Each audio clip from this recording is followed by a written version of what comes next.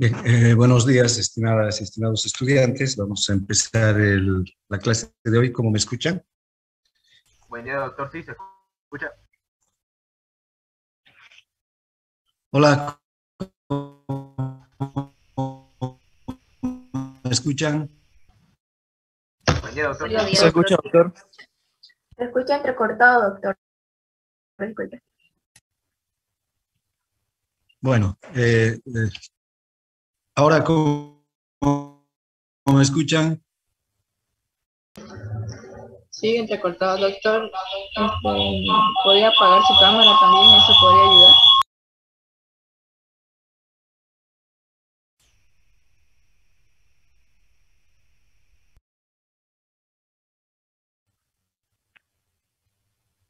Eh, Vamos a continuar con lo que vimos ayer. Hasta ayer vimos estas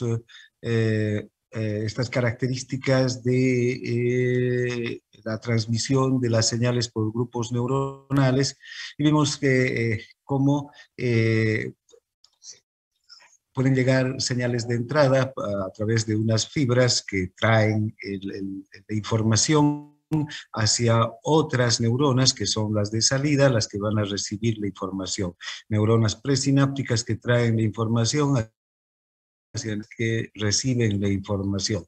Ahora podemos ver la fibra 1 que va a actuar sobre la firma o sobre la fibra A de manera directa con muchos terminales presinápticos, pero también va a actuar sobre la fibra B con algunos terminales presinápticos e incluso sobre la fibra C. La fibra 2 también directamente sobre la fibra D con muchos terminales presinápticos y va a actuar también sobre la fibra C y la fibra B con algunos terminales. Eh, eh, Tanto la fibra 1 como la fibra 2, al actuar sobre las fibras A y D respectivamente, lo hacen con muchos terminales presinápticos y este es un campo de estimulación intenso. Con un solo estímulo podrían despolarizar, transmitir la información hacia la fibra D. Pero ¿qué ocurre con las fibras B y C? Estas fibras, al recibir ya sea de la fibra 2 o de la fibra 1, solamente unas cuantas terminales, si reciben solo el estímulo excitador de la fibra 1, la fibra B o la C, no se van a llegar a despolarizar, van a quedar por debajo del umbral. Cuando esto ocurre, se conoce con el nombre de facilitación.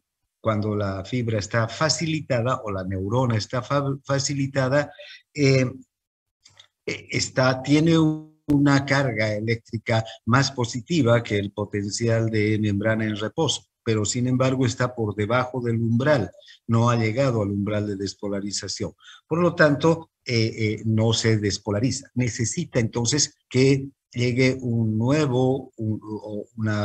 cantidad adicional de milivoltios que exciten a la fibra para que pueda llegar al umbral y luego despolarizarse.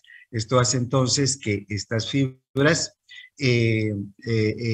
si no llegan a despolarizarse, se encuentren facilitadas. Entonces, vamos a tener fibras que cuando reciben el estímulo a través de fibras de entrada y este estímulo está por encima del umbral, entonces estas fibras se van a excitar.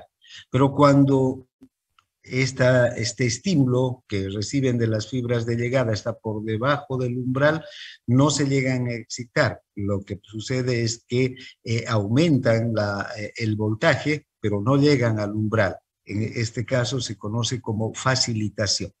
Bien, ahora hay una zona de descarga de la neurona, entonces, ¿verdad? Esta zona de descarga es a la que va a llegar una mayor cantidad de terminales presinápticos, pero hay también una zona de facilitación. Esta zona facilitada es donde llegan pocos terminales presinápticos y en realidad el estímulo es insuficiente para que produzcan ningún tipo de excitación.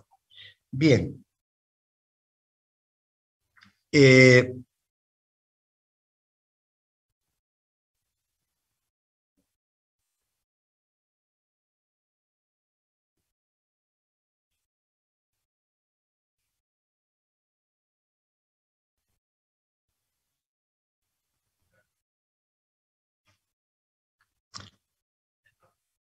También puede haber un estímulo que llega a través de una neurona presináptica y que este estímulo no necesariamente tiene que ser excitador, sino hay estímulos inhibidores. De la misma manera que hemos visto que hay una zona de excitación, la zona de descarga de la neurona presináptica, de las fibras de entrada, de las neuronas de entrada. Esta zona de estimulación puede ser una zona de inhibición. Esto se debe a que el neurotransmisor del estímulo va a actuar sobre receptores de la neurona postsináptica que van a abrir canales de cloro o van a abrir canales de potasio. Esta apertura de canales de cloro va a hacer que la neurona se inhiba más todavía, o la apertura de canales de potasio que va a tener el mismo efecto, ¿no? Bien, entonces esas son las características de la zona de inhibición, igual que la zona de excitación, puede haber una zona de inhibición, un campo inhibitorio. Bien, además, vean, hay transmisiones neuronales que pueden tener efectos sobre diversas neuronas y van a convertirse en circuitos que pueden amplificar una señal o pueden también concentrar una señal. Hay dos tipos de circuitos, unos que van a promover la divergencia de señales y otros la convergencia de señales. ¿Cuáles son los circuitos divergentes? Van a ser aquellos que hagan que las señales que van atravesando los diversos grupos neuronales vayan transmitiéndose a un número mayor de fibras. Por ejemplo, aquí tenemos un circuito divergente amplificador. Aquí hay una divergencia de señales. Por acá llega una señal por esta neurona y esta señal puede dividirse en dos señales o dirigirse a dos neuronas diferentes. Tenemos acá un terminal presináptico que va a una neurona y otro terminal presináptico que va a otra neurona. La señal que llega por esta neurona inicial se divide en dos, se amplifica hacia estas dos. Aquí hay una divergencia, es decir, hay dos direcciones que toma la señal, hacia esta neurona A y hacia esta neurona B, le llamamos. Luego, estas dos neuronas a su vez también envían señales divergentes hacia otras dos neuronas cada uno. Entonces, tenemos que la señal se está amplificando. Estas cuatro neuronas, a su vez, van a enviar también señales divergentes hacia otras 8 neuronas. Así tenemos una señal que se empieza a amplificar. Eso es lo que ocurre en diferentes fascículos. Por ejemplo, el fascículo córtico espinal va a enviar señales divergentes hacia las fibras musculares, hacia cientos de fibras musculares para que ocurra la contracción muscular. También hay una divergencia hacia múltiples fascículos. ¿Ven? Puede la señal que llega desde una fibra o desde un grupo de fibras nerviosas divergir, cambiar, ¿vean? O sea, tener dos direcciones, ¿no? En cada una de estas fibras que están trayendo señales de llegada hay una divergencia. Y a su vez, estas dos neuronas que reciben la información de la neurona divergente van a tomar caminos diferentes, no se van a amplificar. Esta neurona toma el camino de la izquierda y esta otra neurona toma el camino de la derecha, ¿no? Respecto a la neurona. Lo mismo a la neurona presináptica. Lo mismo desde aquí. Hay una divergencia. Unos toman un sentido, las señales, y otras señales toman otro sentido. Luego tenemos lo que se conoce como la convergencia de señales. Aquí ocurre exactamente lo contrario que con la divergencia, ¿no? Numerosas señales procedentes de fascículos distintos van a convergir, van a llegar a una misma neurona. Podemos ver aquí que hay varios terminales presinápticos que llegan a una sola neurona procedentes de una sola fuente, ¿no? Pero también podemos tener una convergencia desde múltiples fuentes. Aquí está la neurona que recibe señales, las señales sobre las que van a convergir las señales. Hay una fibra 3, una fibra 2, una fibra 1, que vienen desde diferentes lugares y que traen señales que van a convergir en esta fibra, en esta neurona. Entonces, tenemos circuitos divergentes, tenemos circuitos convergentes. Además, hay circuitos neuronales que pueden tener señales de salida excitadoras e inhibidoras al mismo tiempo. ¿Ven? Por aquí viene un impulso nervioso por esta fibra. Esta fibra se divide en dos terminales sinápticos, una terminal sináptica que se dirige a una neurona y a la que va a transmitir una señal excitadora. Y luego se dirige a otra neurona a la que va a transmitir una señal inhibidora. ¿De qué va a depender esto? De los receptores que tienen estas dos neuronas postsinápticas, ¿no? Estos receptores de la neurona 1 o de la fibra 1 a la que se transmite una señal son receptores que van a permitir la entrada de iones positivos, de cationes al interior de la célula. Esta se va a despolarizar y va a producirse entonces la excitación de la neurona. En este otro caso, en el caso de la fibra 2, se van a transmitir neurotransmisores que abran canales o de cloro o de potasio en la fibra 2, de tal suerte que se va a transmitir una señal inhibitoria hacia la fibra 2 y también a la fibra 3. Entonces, vean, este tipo de fibras son innumerables, hay muchísimas fibras en el sistema nervioso que tienen estas características. Una señal inhibidora va en una dirección y una señal excitadora va en otra. Y las dos señales proceden de una misma fibra nerviosa o de una misma neurona. Esto ocurre, por ejemplo, con los músculos agonistas y antagonistas. La misma señal que parte desde el sistema nervioso central va a llegar al músculo agonista para que éste se contraiga y al músculo antagonista para que se relaje. Bien, ahora, también los circuitos neuronales pueden prolongar las señales pasando de un grupo neuronal a otro. Esto se conoce como postdescarga o postdescarga sináptica.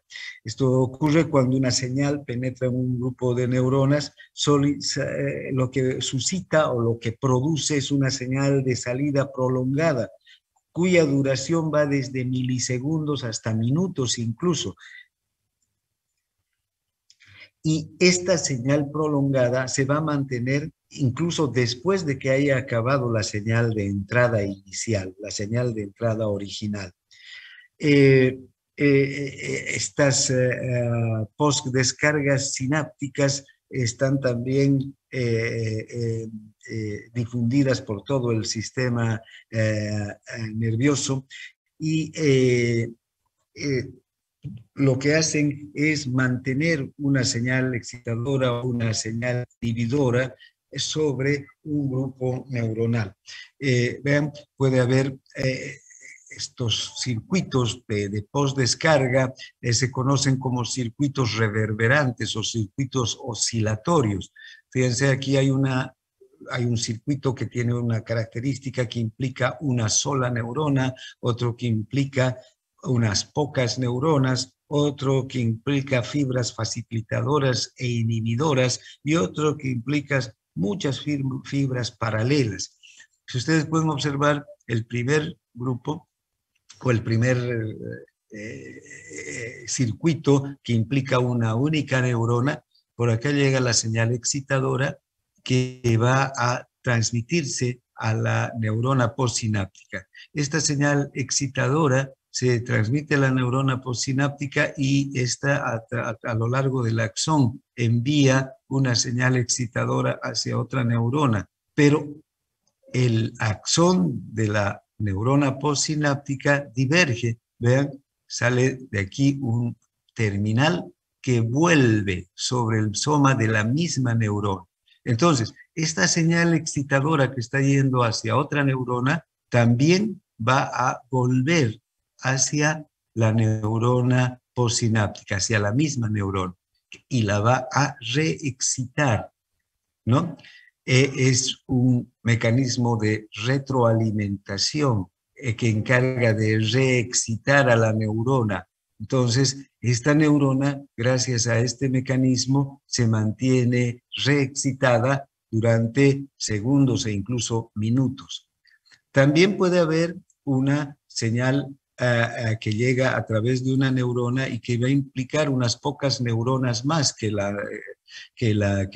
circuito anterior. Vean, aquí ya no es una sola neurona, sino hay una, dos, tres, hasta 4 neuronas. Y estas 4 neuronas tienen estas características. Hay una señal excitadora que viene desde la fibra de entrada, se transmite entre varias neuronas la misma señal excitadora. Esta señal excitadora excita a otras neuronas. Estas a su vez envían fibras hacia la neurona postsináptica, fibras de reentrada para reexcitar a esta neurona y producir nuevamente la señal excitadora.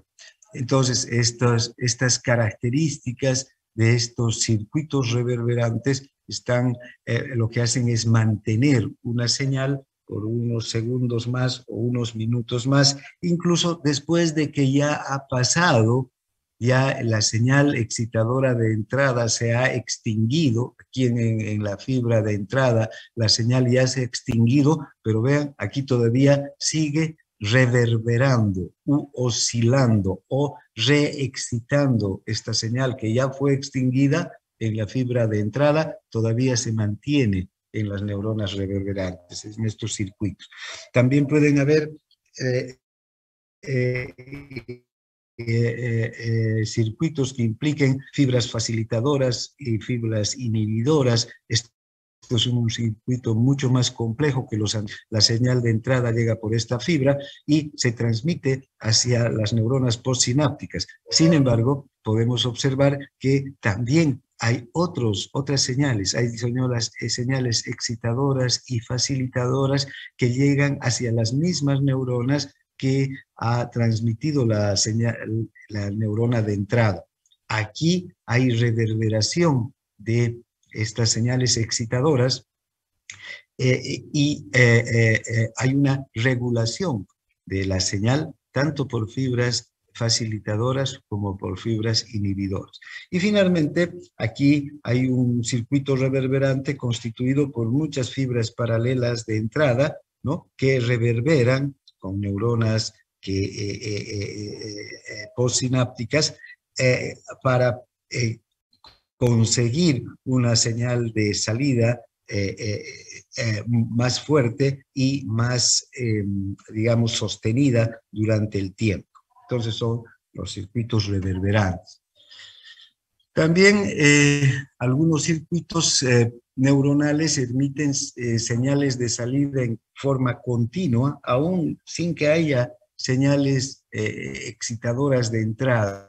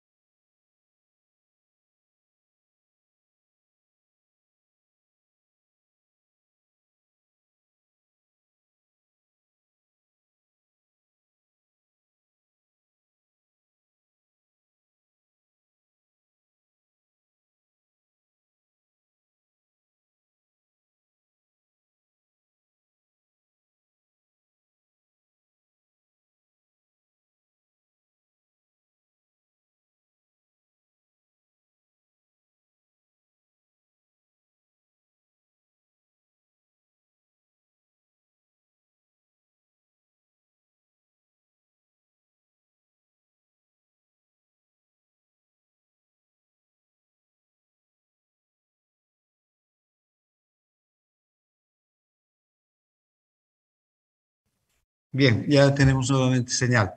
Bien, entonces, ahí también estas señales continuas emitidas desde circuitos reverberantes, entonces que mantienen una señal excitadora y cuando está por encima de determinado nivel del umbral, vean, de excitación o de estimulación, entonces se puede, los impulsos pueden ser repetitivos. Bien, eh, hay también emisión de señales rítmicas, hay circuitos neurológicos que pueden emitir señales de salida rítmicas, derivan también de circuitos reverberantes que se mantienen la excitación de las neuronas postsinápticas. Esta, por ejemplo, es una característica de la señal que sale desde el bulbo raquídeo, desde el centro respiratorio del bulbo raquídeo, para aumentar, ir aumentando de forma típica la señal hacia los músculos respiratorios. Al principio, entonces, el músculo respiratorio recibe señales muy leves y la contracción del músculo respiratorio es lenta y luego va aumentando la intensidad de la señal hasta que el músculo respiratorio, como por decir, el diafragma se contrae en su totalidad gracias a esta emisión de señales rítmicas. Al principio son lentas y la contracción es también lenta y conforme va la fase de la inspiración progresando, la contracción se va haciendo más intensa gracias a estas señales rítmicas que van creciendo, cada vez van siendo mayores. Bien, ahora, los circuitos neuronales pueden tener interferencias, alteraciones, dado que hay una gran cantidad de señales que llegan hacia las neuronas procedentes desde todos los receptores sensitivos, procedentes desde todas las áreas de la corteza cerebral.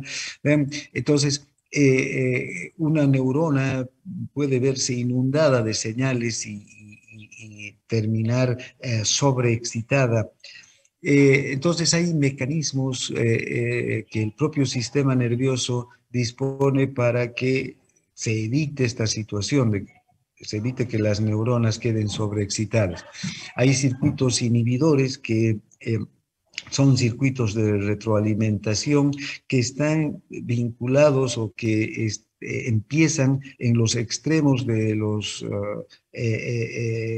terminales de una vía excitadora. Desde aquí hay un circuito inhibidor que vuelve sobre la misma vía excitadora para inhibirla en caso de que hubieran señales demasiado intensas que van a inundar a la neurona de estímulos excitadores. Estos circuitos de retroalimentación inhibidor prácticamente están en todas las vías sensitivas, esto para evitar una sobrecarga de estímulos que puede llegar desde los receptores sensitivos hasta el sistema nervioso. Luego está un otro mecanismo de la fatiga sináptica. Esta fatiga sináptica no es nada más que el hecho de que la neurona deja de transmitir estímulos, ¿no? La transmisión en la sinapsis se vuelve cada vez más débil cuanto más largo o intenso sea el periodo de excitación. Si hay una sobreexcitación de una neurona y esta sobreexcitación dura un periodo de tiempo largo, va disminuyendo la intensidad de la señal, incluso hasta desaparecer. Este es un mecanismo de protección del sistema nervioso y de las neuronas de la corteza cerebral en especial. La fatiga sináptica ocurre cuando las neuronas presinápticas se quedan sin neurotransmisor, acaban su neurotransmisor. Entonces, como ya no disponen de mayor cantidad de neurotransmisor para transmitir su señal, entonces va a desaparecer el estímulo excitador que están transmitiendo. La fatiga sináptica se presenta, por ejemplo, en las crisis convulsivas, ¿no? Cuando hay una convulsión, la convulsión se debe a una sobreexcitación, a una excitación anormal de las neuronas de regiones de la corteza cerebral y regiones motoras de la corteza cerebral. Y vean, esta sobreexcitación hace que se desencadene la crisis convulsiva con todas sus características. Pero esta crisis convulsiva no dura más que minutos. Esto es así porque al principio la sobreexcitación es intensa y la crisis convulsiva también es intensa, con movimientos tónico-clónicos de la musculatura del paciente, pero luego va disminuyendo hasta desaparecer. Desaparece porque esas neuronas que han sido sobreexcitadas se fatigan y terminan totalmente debilitadas y ya no hay mayor sobreexcitación. Bien, hasta aquí vamos a avanzar con esta diapositiva. Vamos a pasar a otro tema. Segundito, por favor.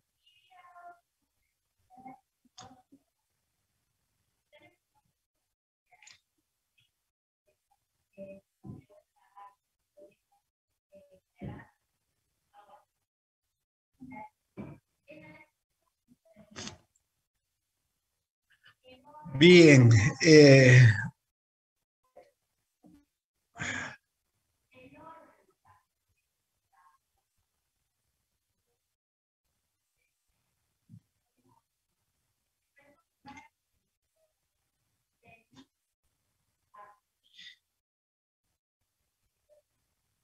bien, ahora vamos a hablar de otro tema del sistema nervioso sensitivo. Son las sensibilidades somáticas. Vamos a hablar de la organización general de las sensaciones táctil y posicional. Bien.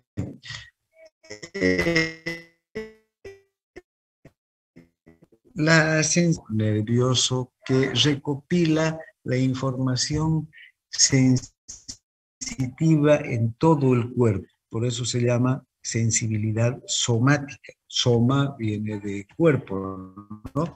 Y esta sensibilidad, entonces,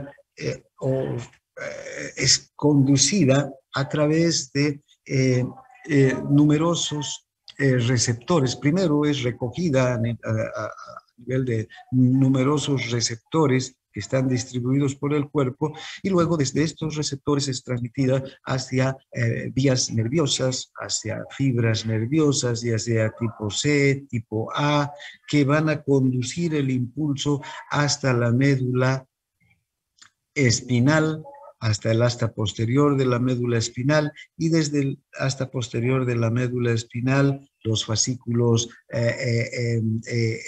encargados de subir la sensación, como el fascículo dorsal, el menisco medial o el fascículo anterolateral, van a hacer llegar esta información hasta el bulbo raquídeo, hasta el mesencéfalo, hasta el tálamo y finalmente unas neuronas ya de tercer orden van a llevar la información desde el tálamo hacia la corteza cerebral. Entonces, vean, esta sensibilidad somática es la capacidad que tiene nuestro organismo de recopilar toda la información sensitiva y transmitirla, y recopilar toda la información sensitiva que se produce en estos receptores sensitivos que están distribuidos por todo el cuerpo. Por eso se llama sensibilidad somática. Bien, ahora tenemos diferentes tipos de sensibilidades somáticas. Hay sensibilidades somáticas mecanorreceptoras, como las táctiles y las posicionales. Hay sensibilidades somáticas termorreceptoras, como el calor y el frío, y hay sensibilidades somáticas al dolor.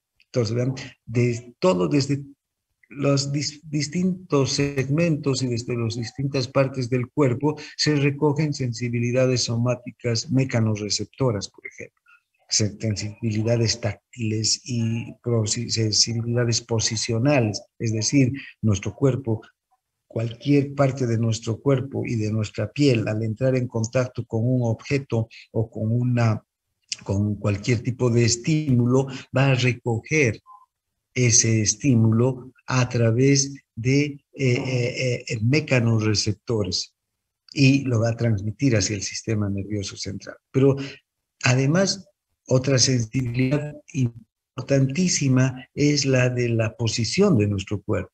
Si estamos sentados, si estamos parados, si estamos caminando, si estamos echados, tenemos receptores, entonces, que son capaces de informar al sistema nervioso central sobre la posición de cada una de nuestras articulaciones, cómo está la articulación del codo del brazo izquierdo o del brazo derecho, o cómo está la posición de la articulación de la rodilla o la posición de la articulación de una falange o de otra.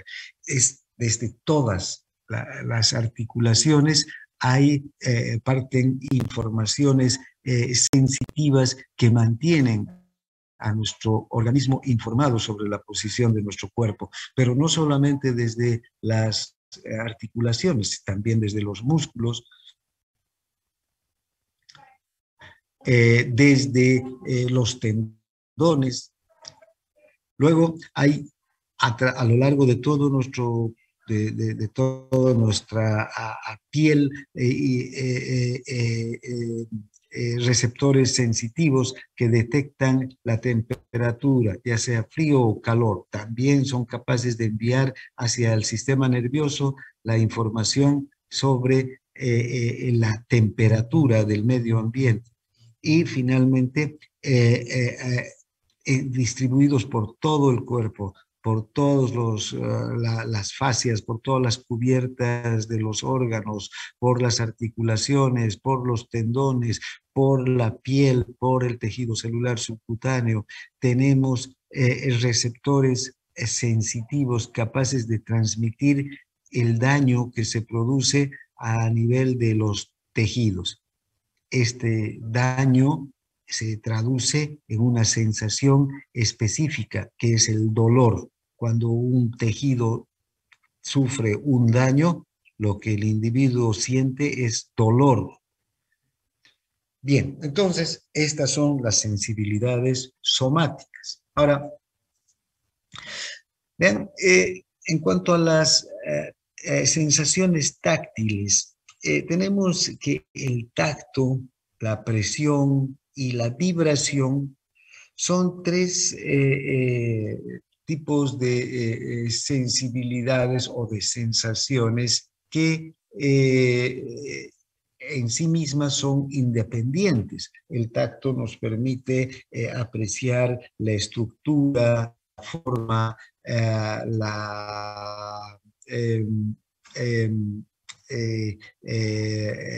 tamaño incluso de los objetos. Nosotros podemos tocar un objeto sin verlo y podemos saber si es redondo, si es áspero, o si es liso, o si es cuadrado, o si es rectangular, o si es tiene diferencias en la textura del objeto.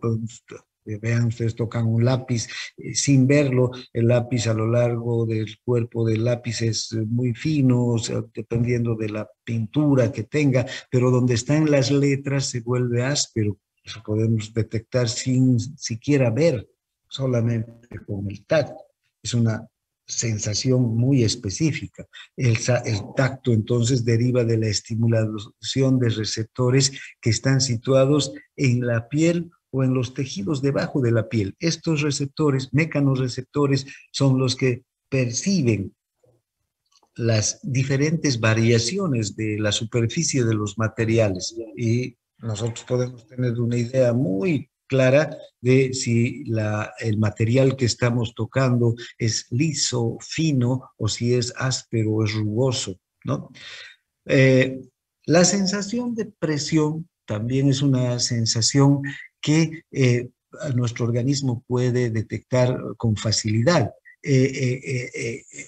Cuando hay una fuerza que ejerce presión sobre nuestro organismo, la podemos sentir, ¿no? Y podemos sentir la intensidad de la presión. Si damos la mano, algunas personas nos dan la mano suavemente, con poca presión, otras pueden presionar un poco más. Podemos sentir fácilmente y diferenciar la intensidad de las presiones, de estas fuerzas que hay sobre nuestro cuerpo, o si alguien nos abraza, o si quedamos atrapados entre dos objetos que nos comprimen, también fácilmente podemos percibir la intensidad de la presión. Esta presión, esta información parte desde más bien tejidos un poco más profundos. Y estos tejidos profundos tienen receptores como, por ejemplo, los corpúsculos de Pacini, de Ruffini, que detectan la deformación del tejido. Cuando el tejido profundo se empieza a deformar por la fuerza que ejerce esa presión sobre el tejido, si nos dan la mano con fuerza, los tejidos de nuestra mano, los que están por debajo de la piel y el tejido celular subcutáneo, se van a deformar. Más si hay una mayor, digamos, el apretón de manos es más fuerte o menos, menos deformidad en esa deformación del tejido y lo envían hacia el sistema nervioso para informar sobre estas presiones que nuestro cuerpo está recibiendo. Finalmente, la vibración es otro tipo de sensibilidad que resulta de la repetición de señales sensitivas que se producen con gran rapidez. Nosotros podemos sentir cómo vibra el celular, por ejemplo. Estas son señales vibratorias que se producen con gran rapidez y que si estamos en contacto con el celular está en nuestra mano, en nuestro bolsillo, podemos sentir esa vibración. Se dan con gran rapidez y que se transmiten hacia nuestro cuerpo. Entonces, al transmitir señales repetitivas, esas señales sensitivas repetitivas,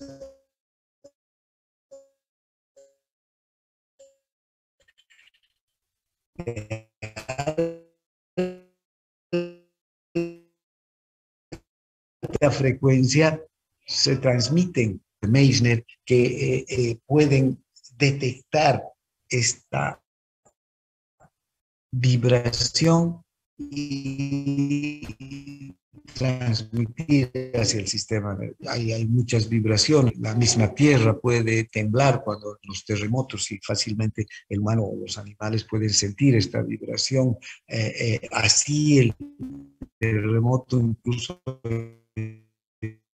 ha sido muy lejos, es como la Tierra, por muy se llega a sentir gracias a estos receptores tan finos y tan sensibles que tenemos distribuidos en nuestro organismo. Ahora, fíjense, estas tres sensaciones, como acabamos de analizarlas, son sensaciones independientes, ¿no? El tacto no es igual que la vibración y la vibración no es lo mismo que la presión, son tres sensaciones diferentes.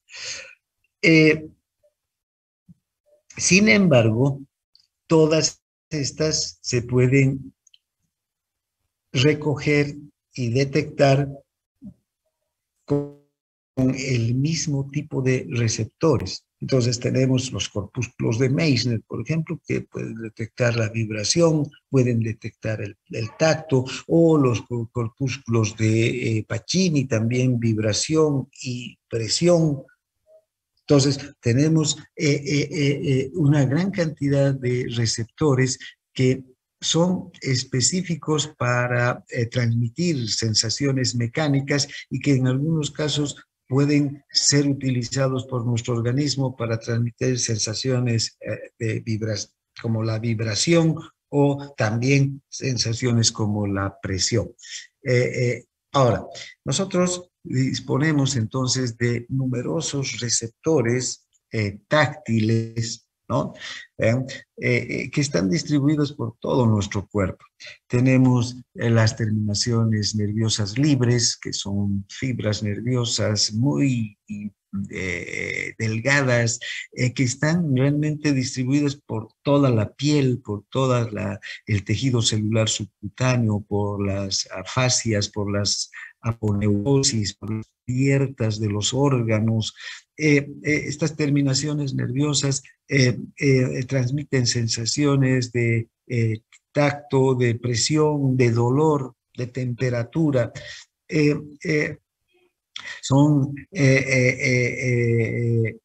terminaciones nerviosas que son capaces de transmitir estímulos sensitivos a una velocidad entre 0 a 5 metros por segundo. En realidad se conectan con fibras de tipo C, transmiten sensaciones, modalidades de sensación que se transmiten a baja velocidad, como el tacto grueso, por ejemplo, ¿no? El dolor, transmiten también sensaciones como el cosquilleo. Los corpúsculos de Meissner, en cambio, son unas estructuras que también están distribuidas por la piel, y en algunas zonas de la piel, en la yema de los dedos, alrededor de los labios, en la palma de las manos, en lugares donde no hay vellos, en especial en la piel lampiña, lo mismo que los discos de Merkel.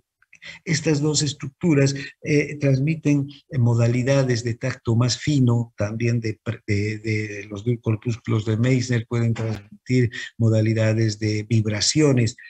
Son receptores sensitivos, entonces, que pueden fácilmente recolectar o recoger, detectar estímulos muy, muy finos. El tacto fino, por ejemplo, ese tacto que nos permite discriminar la menor diferencia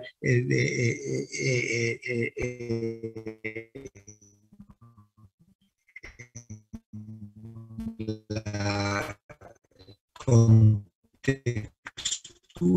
de un objeto. Ya les decía ayer, no sé, de residuo, que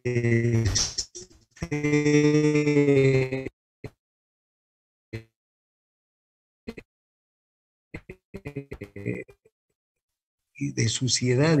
Estos discos de Merkel, estos corpúsculos de Meissner son capaces de transmitir ese tipo de sensibilidad, y lo hacen a través de fibras a beta, a delta, a velocidades altas por el sistema nervioso central, por fibras mielínicas.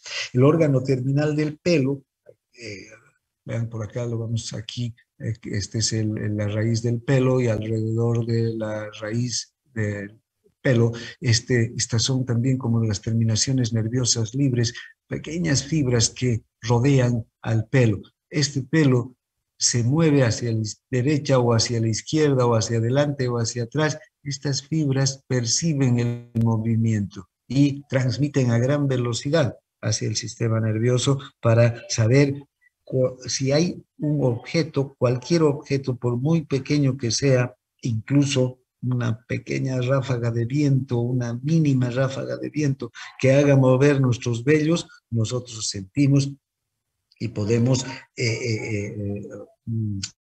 esa información. También tenemos los órganos terminales de Ruffini, los corpúsculos de Pacini. Estos están en los tejidos más profundos. Estos más son órganos, receptores táctiles vinculados con la presión, con esa capacidad que tiene nuestro organismo de detectar la fuerza que puede ejercerse desde fuera sobre nuestros órganos y sobre nuestros tejidos. El corpúsculo de Pacini además transmite sensaciones de vibración también desde los órganos profundos. Bien, aquí tenemos las terminaciones nerviosas libres, como les decía, están distribuidas por la piel y por debajo inmediatamente por debajo de la piel, detectan tacto, presión, se transmiten por fibras A delta A gamma o A delta, o también por fibras C. Cuando es el tacto grueso, detectan tacto y presión. Los corpúsculos de Meissner distribuidos en la piel lampiña, en la yema de los dedos, alrededor de los labios, fibras 30 de objetos sobre la piel, tacto fino, vibraciones, discos de Merkel, también en la yema de los dedos, fibras A beta, señales de contacto directo de los objetos contra la piel, el tacto fino, para poder discriminar todas las variaciones de los objetos que tocamos.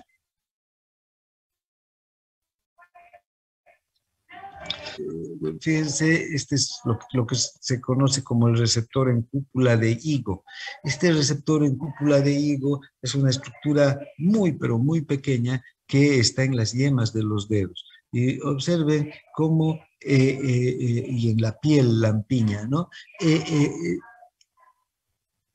Esta estructura tiene, vean, una gran cantidad de discos de Merkel que percibe cualquier tipo de estímulo que roce la piel. Por muy mínimo que sea el estímulo que roza nuestra piel, hay una deformidad de este corpúsculo. Primero la piel, el corpúsculo de Merkel puede percibir esa deformidad y transmitir, ¿ya? Mediante un objeto, muy pequeño que sea. Vean la cantidad. En cada receptor en cúpula de higo hay muchos receptores sensitivos, como los discos de Merkel, ¿no? Que perciben la mínima variación de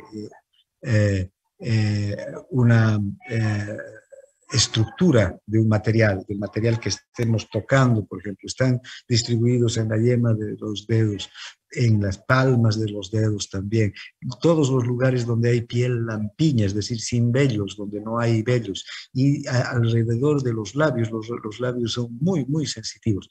Ustedes pueden sentir la mínima pelusa que roce sus labios o la zona alrededor de los labios, porque estos receptores en cúpula de higo están distribuidos por toda la piel. Y debajo de los receptores están, o en el interior de los receptores, están los discos de Merkel. Luego tenemos el órgano terminal del pelo, como les decía, está enroscado en la raíz del pelo, ¿no?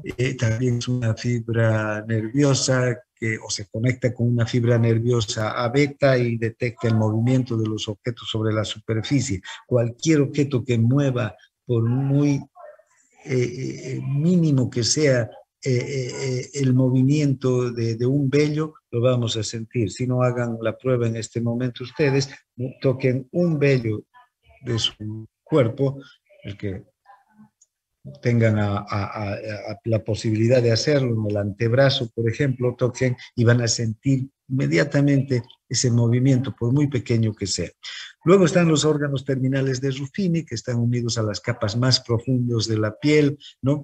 También están en las cápsulas articulares, estos nos van a avisar sobre la posición de las articulaciones, cuál es el grado de rotación de una articulación o de otra, en realidad el grado de rotación de todas las articulaciones. En este momento, el cerebro de cada uno de nosotros está recibiendo información sobre el grado de rotación de cada una de las articulaciones de nuestro cuerpo. ¿Para qué? Esa información lo utilizamos para prever el próximo movimiento. ¿Cómo va a ser el próximo movimiento? No me puedo poner a caminar si estoy sentado. ¿Ven? Primero, el próximo movimiento tendrá que ser incorporarme, pararme y empezar a caminar, porque tal como estoy en la posición en la que están mis articulaciones sentadas, en la posición sentado, no voy a poder caminar. Entonces tengo que tener esa información para que mi cuerpo planifique los próximos movimientos que voy a dar antes de caminar. Y esa información es esencial y tiene que ser transmitida a gran velocidad, ¿no? También comunica el estado de deformación de los tejidos y en especial de los tejidos más profundos. También entonces nos da información sobre la presión. Y finalmente están los corpúsculos de Pacini, que se encuentran un poco por debajo de la piel, en las fascias de los músculos. Estos también son receptores que son capaces de detectar la presión, cualquier presión que se ejerce sobre nuestro cuerpo, y la vibración. Cuando sentimos vibrar nuestro celular, lo detectamos mediante los corpúsculos de Pacini y mediante los discos mediante los corpúsculos de Meissner. Son las dos estructuras sensitivas, los dos receptores sensitivos que transmiten entonces esa sensación, la de la presión y la vibración. Vean la detección de la vibración, corpúsculo de Pacini y corpúsculo de Meissner, ¿no? Vean, el corpúsculo de Pacini tiene una capacidad de poder transmitir vibraciones que están entre 30 y 800 ciclos por segundo. O sea, las vibraciones más intensas podemos nosotros percibir con el corpúsculo de Pacini. Hay otros animales que tienen una mayor capacidad de poder detectar vibraciones. De hecho, sus sentidos para poderse orientar en la naturaleza, más que la vista o el oído, son órganos que captan vibraciones. Entonces, estos animales tienen receptores sensitivos mucho más desarrollados que el humano. Nosotros tenemos otros sentidos que nos mantienen alertas y nos permiten desplazarnos por el medio ambiente. Pero, de todas maneras, vean, nuestro corpúsculo de Pacini puede percibir vibraciones desde 30 a 800 ciclos por segundo. Son de adaptación rápida estos corpúsculos de Pacini. Hemos visto que, por ejemplo, si en cuanto a la presión en especial, cuando nos sentamos, sentimos el peso de nuestro cuerpo sobre nuestras nalgas, sobre nuestros glúteos y sobre la piel que está cubriendo la zona de los glúteos. Entonces, ven,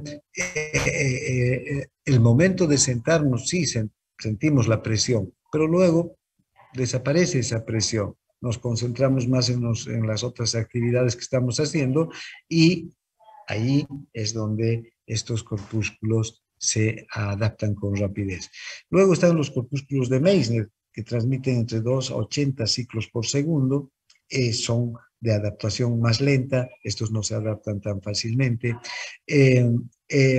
y finalmente están los que transmiten cosquilleo y picor. ¿Vean? Estas son terminaciones nerviosas libres que se transmiten desde la superficie de la piel y estas terminaciones nerviosas libres están conectadas con fibras amielínicas tipo C que transmiten a una velocidad lenta, a 0, entre 0 y 5 metros por segundo, es la velocidad más lenta del sistema nervioso central. En general, las terminaciones nerviosas libres están unidas a fibras AB, a delta, y a fibras C. Las A delta son las más lentas de todas las fibras A, de todas las mielínicas. También entonces pueden transmitirse sensaciones como el tacto grueso o también el dolor mediante estas terminaciones nerviosas libres. Bien, ahora hemos visto los diferentes, entonces, receptores sensitivos que son capaces de transmitir sensaciones como el tacto, la presión, la vibración, incluso el cosquilleo y el picor, que son sensaciones muy especiales que también se producen a partir de la estimulación de receptores sensitivos como las terminaciones nerviosas libres. Entonces, para todas estas modalidades de sensaciones tenemos los corpúsculos de Pacini, los corpúsculos de Ruffini, los corpúsculos de Meissner, los discos de Merkel y las terminaciones nerviosas libres. Ahora, todos estos receptores, entonces, también hemos visto que se transmiten o son capaces de transmitir el estímulo que están recibiendo, que están detectando, lo transmiten hacia el sistema nervioso a través de fibras nerviosas. Estas fibras nerviosas mielínicas o amielínicas.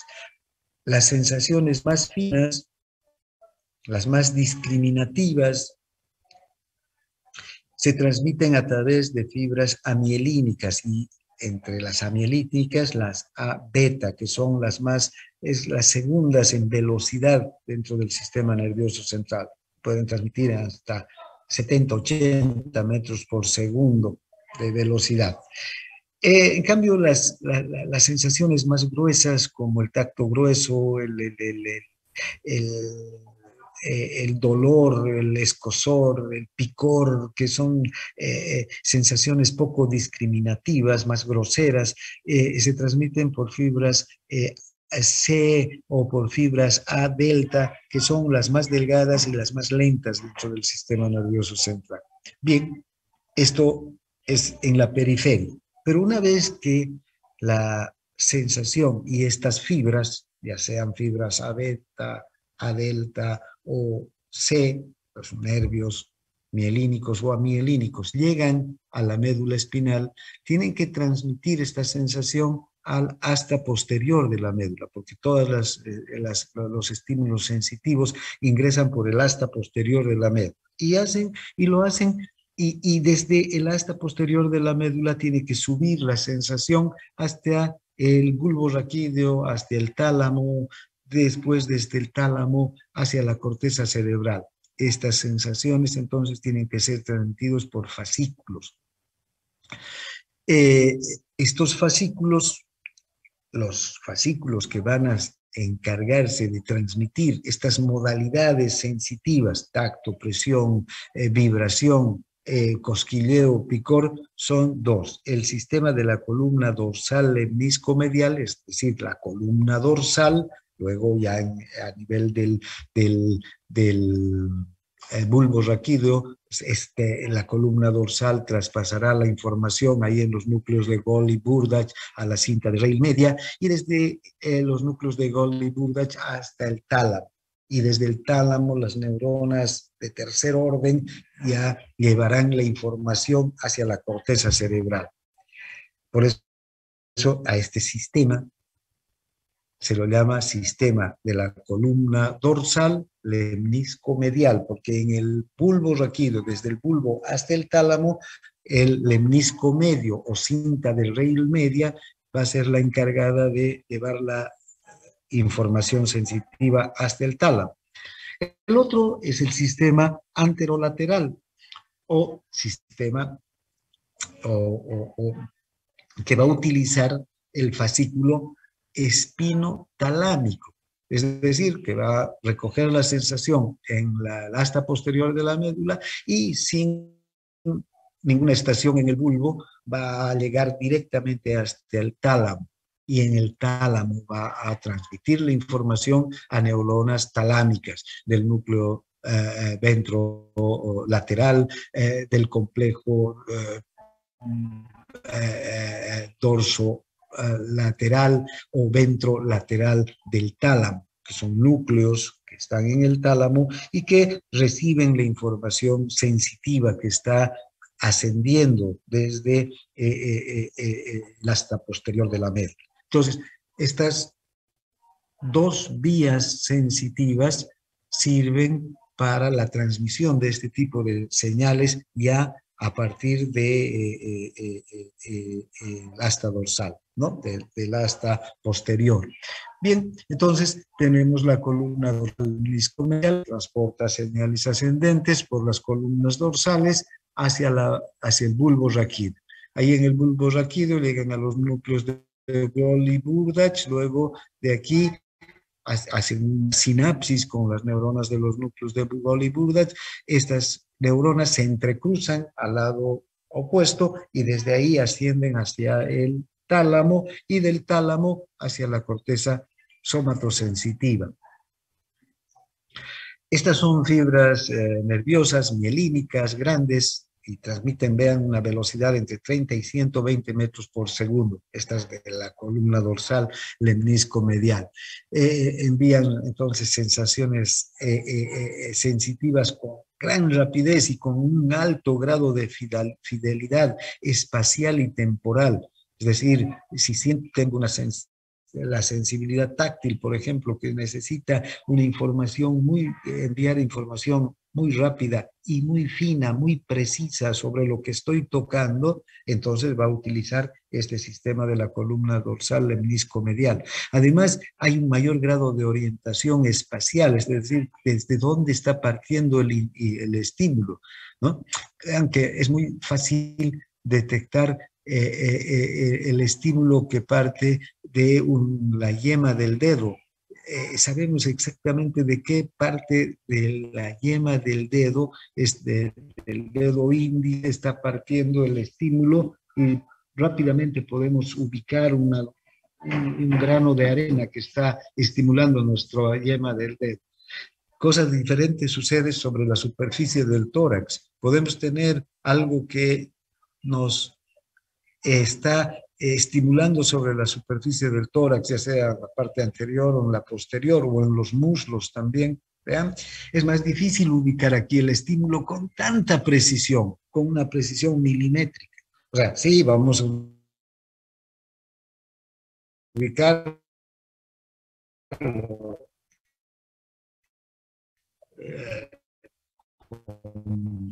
con precisión. Ahí no hay receptores, no hay discos de Meissner, no hay discos de corpúsculos de Meissner, más son terminaciones nerviosas libres. En cambio, en los dedos de las manos, en las yemas de los dedos de las manos están los discos de Merkel, están los corpúsculos de Meissner que nos permiten realmente encontrar el punto exacto desde donde está partiendo el estímulo. Luego está el otro sistema, el sistema del anterolateral, que aquí las fibras nerviosas llegan hasta la columna anterolateral, a la médula espinal, en el asta dorsal de la médula espinal. Desde aquí parten, ¿es verdad?, hacia los fascículos que nacen en el asta dorsal y que forman parte del sistema anterolateral, que es el fascículo espinotalámico, Este fascículo espinotalámico se entrecruza rápidamente, luego de haber nacido en la médula, se entrecruza y cruza por el lado contralateral hacia el tálamo. No hace estación en el bulbo raquídeo, ahí no hay núcleos de Golgi y Burdach que reciban al fascículo espinotalámico. Se llama espinotalámico porque nace en el tálamo,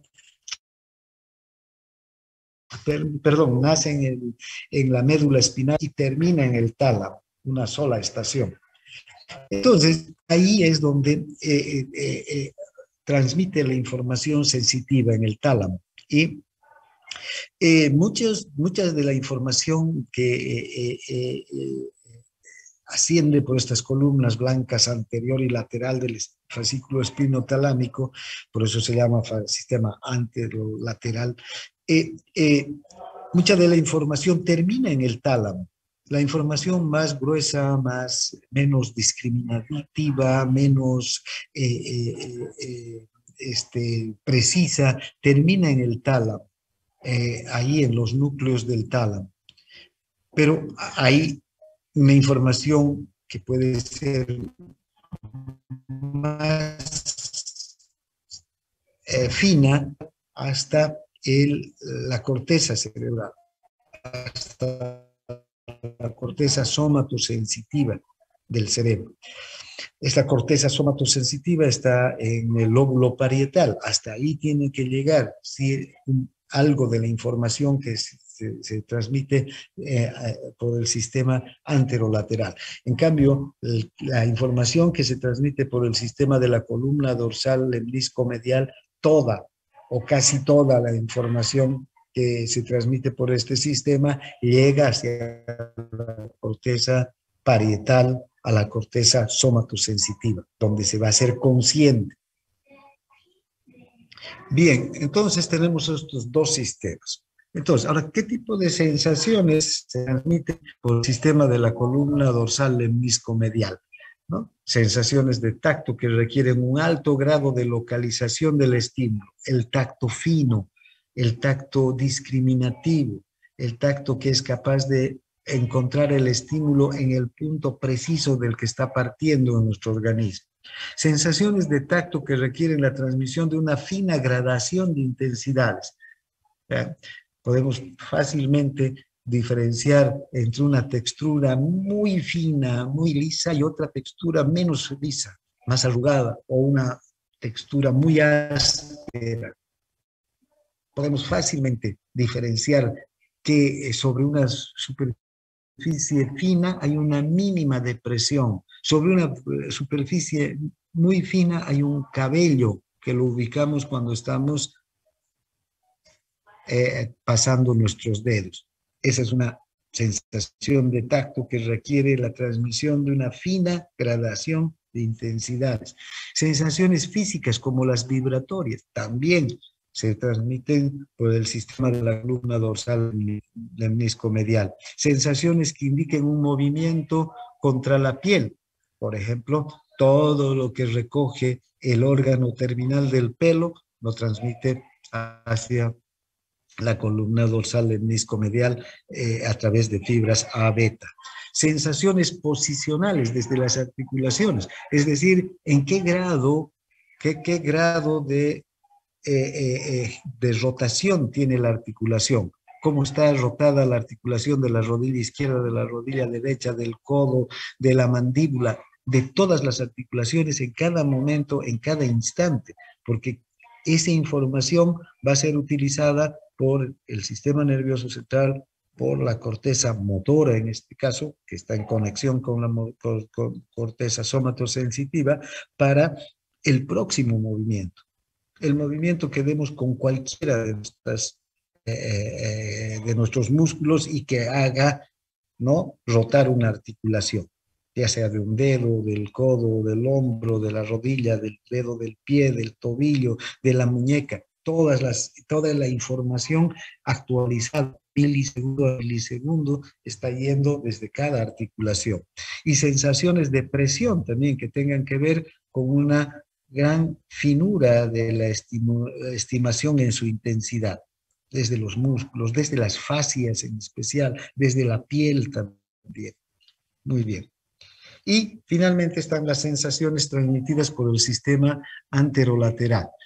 Aquí se transmiten sensaciones como el dolor, las sensaciones térmicas, el calor, el frío, sensaciones de presión y tacto grosero. Por ejemplo, si bien es cierto que no hay corpúsculos de Meissner o discos de Merkel en mi espalda, igual puedo sentir que hay un objeto que está tocando mi espalda. Si es un objeto rugoso o es un objeto liso, no lo voy a diferenciar con facilidad, como cuando toco con mis dedos.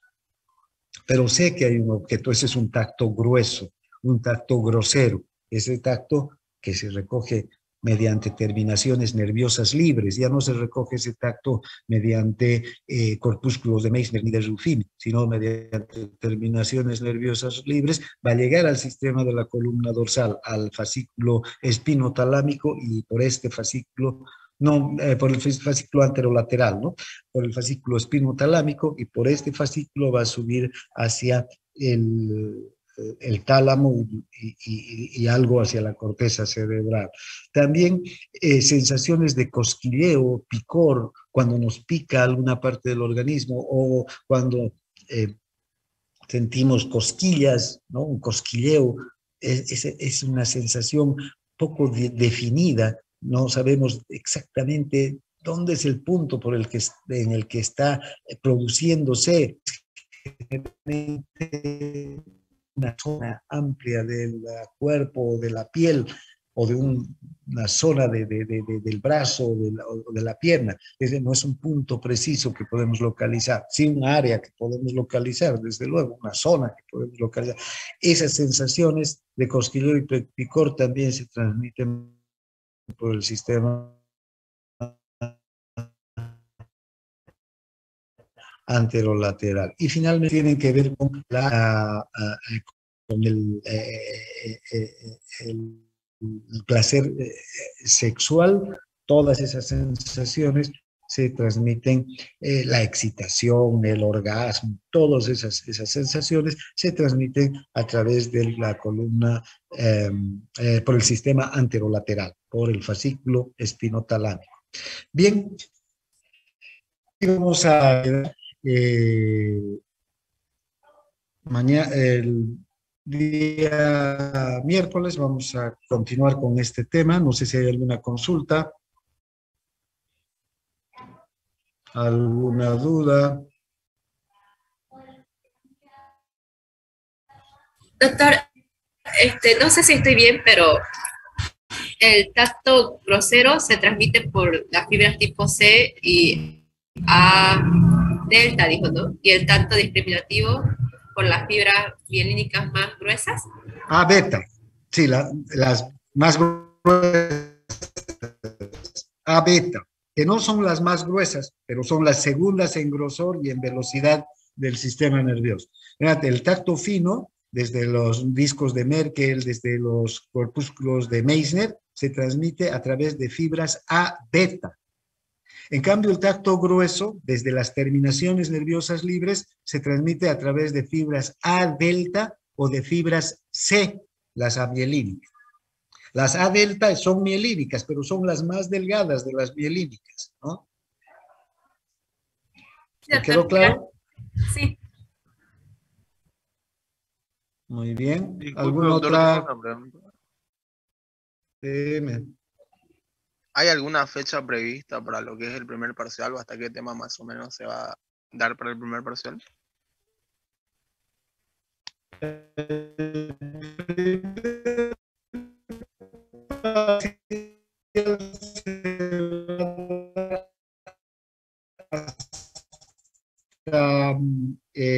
No quiero poner una fecha en este momento porque, digamos, estamos todavía lejos. Terminaremos sensitivo, que son 2 temas más, y ya voy a tener una idea más clara de cuánto nos falta con neuromotor, porque motor más va a entrar, y para que podamos poner la fecha. Pero supongo que puede estar entre el 6, entre el 8 y el 10 de junio. Para, digamos, tener el tiempo necesario para que ustedes puedan estudiar. A ver, esperen un segundito, junio, ¿no? Entonces el 8 es miércoles, el 9 es jueves y el 10 es viernes. Podríamos ya pensar en una fecha o la próxima semana definir, porque la próxima semana terminamos sensitivo y ya podríamos poner la fecha del examen. También podría ser digamos, tal vez el viernes 3 de junio. El 3 de junio, el 8, el 9 o el 10 serían las fechas probables del primer parcial. Entonces eso lo podemos definir la próxima semana. Gracias, doctor. Bien, ¿algo más? Si no hay nada más, aquí quedamos. Gracias por su atención. Nos vemos el próximo miércoles.